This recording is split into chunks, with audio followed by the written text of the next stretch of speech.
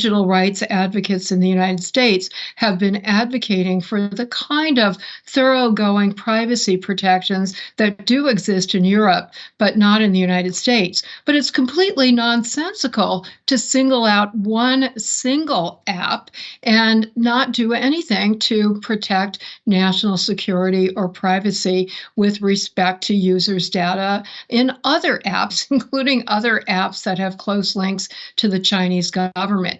Almost half of the entire United States population is now using TikTok, not only for every form of self-expression, communication, receiving news, entertainment, art, but also for engaging in business. So this is really a violation not only of the rights of TikTok, but also of the rights of a whole lot of Americans.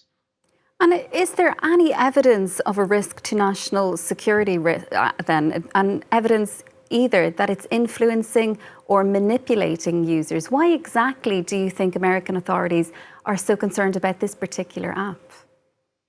You know, there actually have been briefs that have been submitted arguing that perhaps there is nothing more to explain the singling out of this particular. I became a medical assistant in less than 7 months. Let me show you how. You're not going to believe how easy this is. Just heading over to Med. Now at 4:30, we are just days away from an all-out ban of the popular social media app TikTok. A new law set to take effect on Sunday would require TikTok to cut ties with its China-based parent company or lose access. These local businesses and influencers who use Vasquez uses TikTok to show off the jewelry that's for sale at Sunset Pawn locations in Houston. The goal of this account has been to showcase the beauty of pawn shop jewelry. And she says it's really working. We've seen an increase of people saying we saw you on TikTok. The social media app is not just a way for her to advertise. So I'm thinking what I'm going to do is upload the pieces that I showcase in my videos for you guys to shop. But also to sell. The shift on TikTok has been more towards like TikTok Shop, and you can go live on TikTok, and we've actually used that to help sell some of our inventory. So it's been a pretty important part to our business. Vasquez says that's why it's so disheartening that a new law set to take effect this Sunday, January 19th, could ban TikTok in the U.S. When you understand the way that it helps small businesses, it's not just a silly thing. It actually means a lot. This is sales, this is livelihood, this is jobs. So it is a really big deal. It's also a big deal for content creators who rely on TikTok for revenue. If I don't lick my fingers, it ain't good. Such as food reviewer Herbert Shells, known as Foodie Herb on TikTok. He goes around to Houston area restaurants. This right here, it melts in your mouth and not in your hand. And gives reviews sprinkled with some humor. This up there with my mama potato salad. But he says a TikTok ban is no laughing matter. It definitely decreases the reach of my monetization. You know, how much money I can make, brand deals you might get. And with the Supreme Court considering whether to overturn or delay the upcoming law, Shells prays they decide to keep the app available here. I hope they are able to come to a resolution. Now, it's important to note that TikTok will not just disappear from your phones on January 19th if the law takes effect, but the app will no longer be available to download and users will not be able to update it. That will make the app buggier and eventually unstable. Reka? All right, Orko, thank you so much.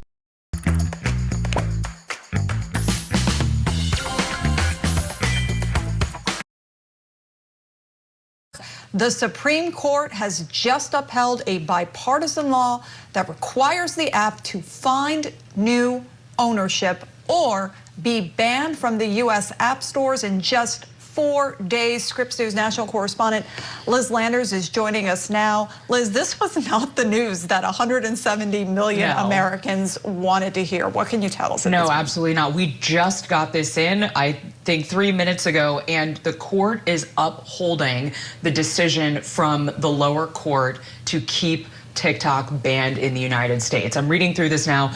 One of the main points that the justices make is that TikTok and the banning of TikTok does not violate the First Amendment. One of the key arguments that TikTok and also TikTok's creators and users were making before the court a week ago today when they argued this was that this is a First Amendment violation because TikTok is a platform, a medium by which people can share their points of view, expression. The justices seemed skeptical of that throughout the oral arguments for the main reason that TikTok is not a U.S.-owned company. It is owned by a Chinese parent company called ByteDance, and there are rules and laws in the United States about foreign ownership of telecommunications. So TikTok was trying to make the point that it violated the First Amendment rights of United States users.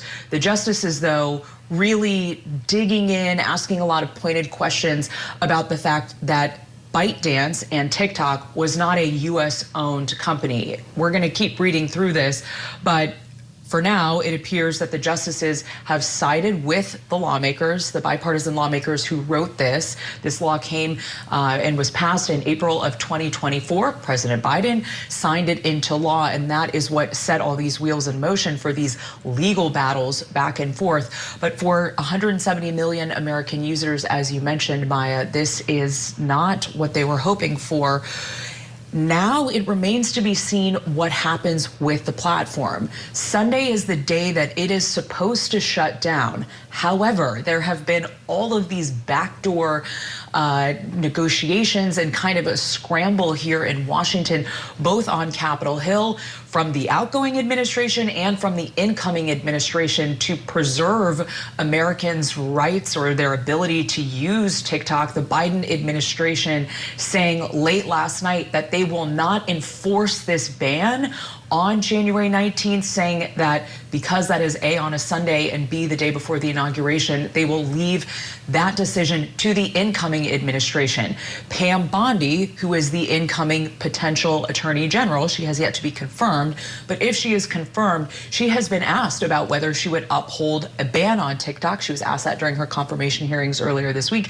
She did not exactly answer that. She kind of dodged the question there, but this decision will upset not only the American users, it is likely to, I'm sure, evoke a response from President-elect Donald Trump, who has changed his tune on this issue of TikTok as well. He used to talk about TikTok as a national security ban and himself signed an executive order in 2020 that would have effectively banned TikTok. He has now reversed his decision on that, says TikTok is a great platform. A lot of younger users came to TikTok to watch content that his campaign was putting out on the campaign trail here. So he wants to preserve this platform, has gone so far as to invite the CEO of TikTok to attend his inauguration in just a few days. I'm sure we will get a tweet or statement from him about this soon, too. So the Supreme Court has upheld the ban. Yes. It's supposed to go into effect on Sunday. President Biden has said he's not going to necessarily adhere to that, and President Trump is obviously opposed to the ban at this point. Right. So on Sunday, is it possible that it could still be in app stores, TikTok? That's the question, and we need to ask TikTok that and see if they've put out a statement about this. As of last week, when this was being argued before the Supreme Court, TikTok's lawyer was asked what happens on January 19th. And he said, to my knowledge, we will go dark. And that is supposed to happen in a phase of app stores here in the United States will no longer be offering the TikTok app. And then eventually you will not be able to update your app, which will make it obsolete at